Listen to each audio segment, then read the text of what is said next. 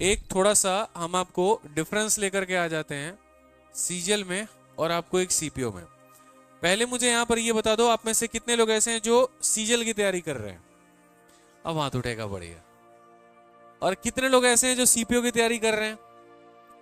अब नहीं उठेगा। एक बात बताऊं मैं आपको, यहां के लिए जो भी बच्चा डेडिकेशन के साथ में तैयारी कर रहा है ना, अगर वो फिजिकली ठीक ठाक है, हाइट उसकी अच्छी है, दौड़ सकता है, भाग सकता है, तो वो मेरे भाई यहां पर इसमें बड़े आराम से सिलेक्शन लेके जाता है, बहुत आराम से सिलेक्शन लेके जाता है। मैंने ऐसे ऐसे स्टूडेंट्स देखे हैं जो 2 साल 3 साल सीजल की तैयारी कर रहे थे, उनका सीजल का पेपर नहीं हुआ और सीपीओ में इस समय दिल्ली पुलिस में चौड़ में थाने में बैठे हैं सब इंस्पेक्टर बन के।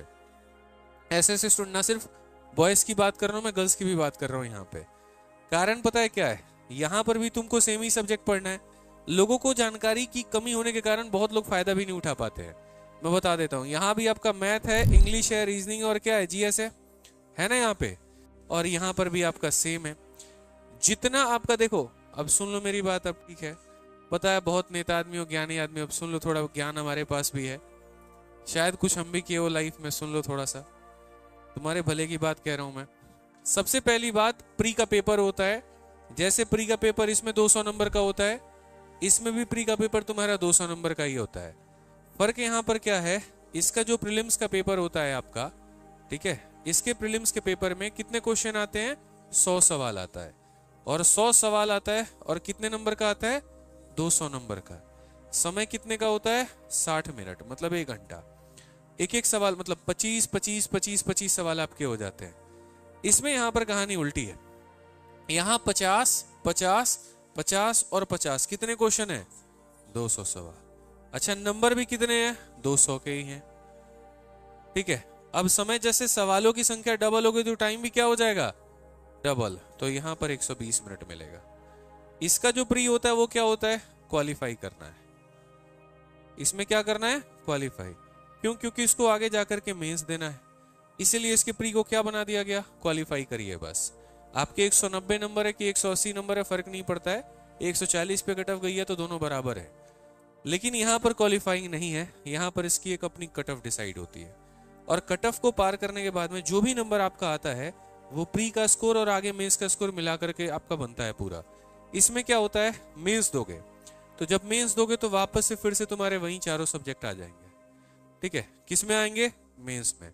और कल मैंने आपको तरीके से बताया था किसके कितने कितने सवाल आते हैं। मैथ के कितने आते हैं? 30 क्वेश्चन, इंग्लिश के 45, रीजनिंग के, जीएस के, ये पूरा पेपर कितने नंबर का? 390 नंबर का, क्योंकि हर एक सवाल कितने मार्क्स का? 3 मार्क्स का। ठीक है, इसमें यहां पर क्या होता है? मेंस तो होता है, लेकिन मेंस में सिर्फ होता है इंग्लिश। और इंग्लिश के कितने सवाल आते हैं? 200। ठीक है, और क्वेश्चन कितने नंबर के? एक एक के, तो नंबर कितने हो गए? 200 नंबर का पेपर। समय तुम्हारा वही 2 घंटा। इसमें जो मेरिट बनता है ना, इसके आधार पर मेरिट नहीं बनता है, इसी में मेरिट बनेगा। 390 में आप जितना लेकर के आ रहे हो उसमें आपको पोस्ट मिलता है। और इसमें जो मेरिट बनता है आपका, एक तरीके से आपके 200 नंबर आप यहां उठा लीजिए और 200 नंबर आप यहां उठा लीजिए, इनके ऊपर में आपका मेरिट बनता है। समझ में आ गया बात? यहाँ पे सीजीएल में भी पहले ऐसा ही होता था, प्री के मार्क्स और मेंस के मार्क्स मिला करके मेरिट बनता था। लेकिन इस बार मतलब 2021 के बाद से ये पैटर्न बदल गया। ठीक है, सोचा गया था सीपीओ भी बदलेगा, लेकिन अभी तक इसको बदला नहीं गया है। और इसमें इंग्लिश का रोल हो जाता है। अब काफी सारे लोगों को लगता है मेरा इंग्लिश वीक है तो सीपीओ मेरे लिए है ही नहीं। अगर तुम्हारा इंग्लिश वीक है तो ना सीपीओ है ना तुम्हारे लिए सीजीएल है, फिर रेलवे की तैयारी करो तो। ठीक है, रेलवे में है ही नहीं इंग्लिश तुम्हारा।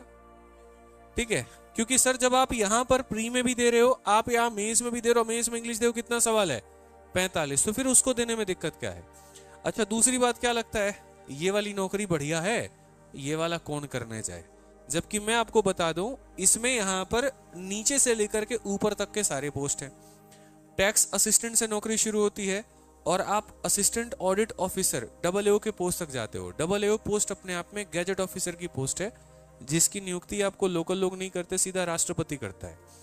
ठीक है, ये बात हमेशा ध्यान रखिएगा, it's a gadget officer post. यहाँ पे कई बार आपको कैरेक्टर सर्टिफिकेट बनवाना पड़ता होगा और उसमें यह लिखा जाता है कि एक गैजेटेड ऑफिसर का साइन करवा के लेकर आओ, तो हर कोई नहीं कर सकता है वो। तो इसमें सिर्फ एक पोस्ट है डबल एओ का, वही वो काफ़ी शानदार पोस्ट है और उसमें पैसा भी काफ़ी अच्छा है। इनफैक्ट उसकी सबसे हाईएस्ट सैलरी है 4800 ग्रेड पे की है। इस बार उसकी वैकेंसी नहीं आई थी तो नहीं भरा गया उसको, ठीक है। तो यहाँ पर top to bottom, bottom to top आपका हर तरह का पोस्ट है, वैरायटीज काफ़ी सारी हैं इसमें। यहाँ पर सारे के सारे एक ही तरह के पोस्ट हैं और सब हैं सब इंस्पेक्टर के। इसमें कांस्टेबल कोई नहीं है, इसमें हेड कांस्टेबल कोई नहीं है। सीपीओ में तुम लगोगे तो सब इंस्पेक्टर ही लगोगे। बस ये है तुम्हारे डिपार्टमेंट अलग अलग होंगे। डिपार्टमेंट यहाँ पर कितने डिपार्टमेंट है बताओ?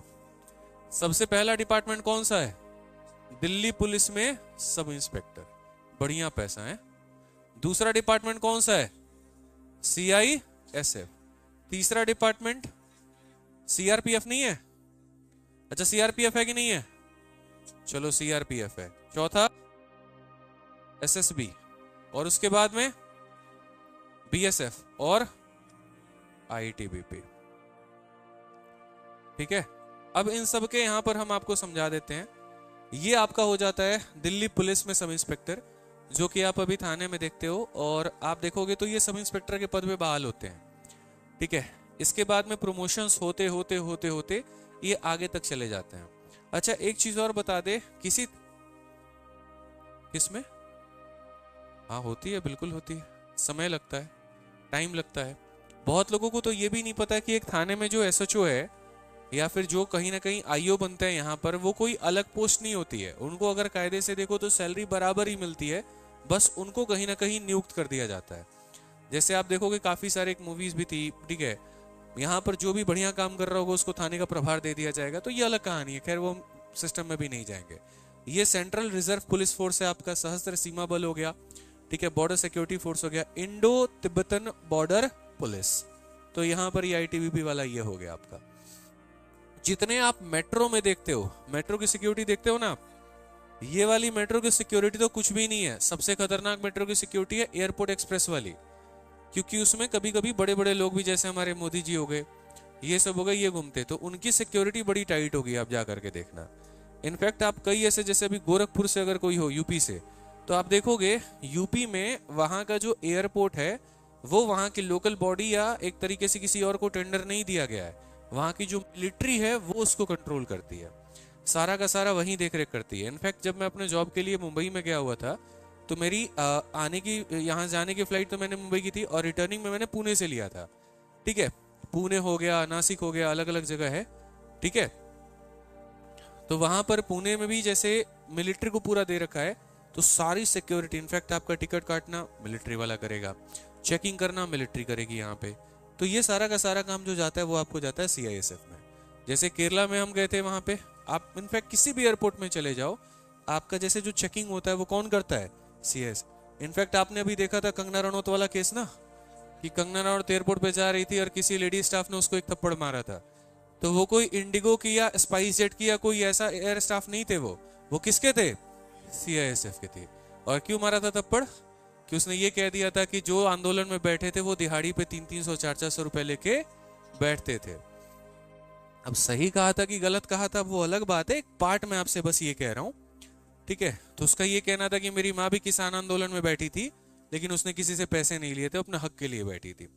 अब इसी बात पे तो जितनी भी सिक्योरिटी होती है, इनफैक्ट आप कई ऐसे वीडियोस भी देख रहे होंगे, शाहरुख खान है तो क्या हुआ भाई, आधार कार्ड दो, फिर से आधार कार्ड देखेगा, फिर देखेगा अच्छा ठीक है तब जाओ। मतलब इनको सीधा स्ट्रिक्ट है कि भैया आपको अपना ड्यूटी कर रहे हैं, चाहे कोई भी आ जाए फर्क नहीं पड़ता है। तो ये सारे के सारे पोस्टिंग होती है। अब CPO की जो तैयारी है मैं आपको बता रहा हूँ आपके फायदे के लिए क्यों इतना अच्छा है, बहुत लोग नहीं जानते। इसमें बहुत ज्यादा वैकेंसीज नहीं आता है, इसमें आपका दिल्ली पुलिस का सिर्फ 100 के करीब में रहेगा सब इंस्पेक्टर वाला पोस्ट। ओवरऑल कभी वैकेंसी आ गई तो 2000 के आसपास में इतना मिलेगा आपको। इसमें सिर्फ ये वाली जॉब नौकरी जो है वो फिक्स है कि वो दिल्ली में मिलेगी, बाकी सारी ऑल ओवर इंडिया ट्रांसफर होते रहता है। कभी आप यहाँ रहोगे, अब जैसे CISF में ड्यूटी है, कभी दिल्ली में रह गए, कभी मुंबई में रह गए, कभी कहीं और रह गए, कभी कहीं और रह गए। एक्सपोजर होता है, बढ़िया लोगों से संपर्क बढ़ जाते हैं, ठीक है, बढ़िया रहता है। लेकिन हाँ स्टेबिलिटी आपको अपने लाइफ की नहीं मिलेगी कि कोई एक शहर आपका फिक्स है, ऐसा नहीं होता है। इनमें इनफैक्ट इनमें यहाँ पर क्या है, जैसे मानो सीजल की कोई भी नौकरी है, एक बार तुम्हें जो शहर मिल गया तो तुम वहीं पे रहोगे। जैसे अगर तुम CBI में लग गए तो CBI की पोस्टिंग अगर तुम्हारी पुणे है तो पुणे ही होगा, बाद में म्यूचुअल अंडरस्टैंडिंग के आधार पर तुम ट्रांसफर कराओ तो वो अलग है, लेकिन इसमें यहाँ पर जो ये सारे पुलिस फोर्स पैरामिलिट्री में हो गए, ये तुम्हारे ट्रांसफर्स बदलते रहेंगे। अब इनमें जो बच्चे तैयारी करते हैं, भाई मेरे बता दूं, मैं दोनों में कोई फर्क नहीं है, ये निकालना ज्यादा आसान है। जैसे मैं आपको भी बताता हूँ, अभी जब मैंने क्लास में कहा सबको हाथ उठाओ, तो सीजल के लिए लगभग सबने हाथ उठाया, और सीपीओ के लिए सिर्फ 4 से 5 बच्चों ने हाथ उठाया। यही फर्क है कंपटीशन में भी। जब पेपर भरने की बारी आती है ना, तो यहाँ पर इसमें पूरा पूरा भारत यही टिका पड़ा है, इसमें लोग नहीं अप्लाई करते हैं, और नहीं अप्लाई करते हैं तो इसमें कंपटीशन होता है कम। तो जो इसमें का अच्छा थोड़ा बच्चा है, पढ़ने में भी अच्छा है, ठीक ठाक है, फिजिकली भी सही है, वो इसमें अप्लाई करके सब इंस्पेक्टर बन जाता है। जैसे स्टूडेंट्स थी मेरी, 2 गुरुकुल में थी यहाँ पे, एक का पता नहीं निशा नाम था, हाँ निशा ही नाम था, निशा शर्मा या जो भी है, और एक और स्टूडेंट थी यहाँ पे, दोनों का सीजल 3 बार से क्वालिफाई नहीं हो रहा था। और उसके बाद में तब उन्होंने सीपीओ का फॉर्म भरा था, और सीपीओ का फॉर्म भरा था तो प्री में उनके काफी अच्छे नंबर नहीं आए थे, बस क्वालिफाइंग से थोड़ा सा ज्यादा आया था। लेकिन उसके बाद में उन लोगों ने फिजिकल की तैयारी बहुत की, सीन पेन भी हुआ पैर में, बहुत दिक्कतें हुई थी, लेकिन फिजिकल क्वालिफाई करने के बाद में जब मेंस का पेपर दिया, मेंस में इसमें इंग्लिश में 190 प्लस जब स्कोर आया, तो एक का ऑल इंडिया रैंक 57 था और एक का लगभग 30 के करीब में था, और दोनों दिल्ली पुलिस में सिलेक्टेड, एक मयूर विहार थाने में और एक कनॉट प्लेस में है। ठीक है, तो सोचिए यहाँ पर जहाँ एक तरफ सफलता नहीं मिल रही थी, यहाँ दरोगा बन के दोनों बैठे हुए हैं, तो बहुत बढ़िया है, काफी लोगों को ये एक्सपोजर मिल सकता है। तो शुरू से जब फॉर्म निकले सीपीओ का तो भर देना, ये ध्यान रखना। और अच्छी नौकरी है, अच्छा पोस्ट है, अच्छा रुतबा है, बहुत बढ़िया पावर है। कभी रहा तो मैं काफी स्टूडेंट्स को बुलाऊंगा भी। लास्ट टाइम जो मैंने इंटरव्यू लिया था, अभी उन लोगों का पिछले बैच का, जैसे 2022 बैच से जो सिलेक्टेड थे, उनका ट्रेनिंग अब जाकर के खत्म हुआ है। ठीक है, हाँ उनका ट्रेनिंग अब जाकर के खत्म हुआ है। यहाँ पे स्ट्रेटजी क्या है, सिंपल ही है, जैसे आप जो तैयारी आप इसमें कर रहे हैं वही तैयारी आप इसमें करिए, एक ही तैयारी से आप दोनों जगह पे ले सकते हैं। इससे कम कट ऑफ है, इसमें मेल का कट ऑफ अलग जाता है, फीमेल का कट ऑफ अलग जाता है, ये ध्यान रखिएगा, बहुत फायदा है। इसलिए इस चैनल को सब्सक्राइब करिए और देखिए आपके जीवन में किस तरीके से एक नया बदलाव लेकर के आएंगे हम। ठीक है, बाकी कोई और भी डाउट रहता है तो वीडियो के कमेंट बॉक्स में जरूर बताइएगा। मिलेंगे अगली वीडियो में, आज के लिए इतना ही, जय हिंद।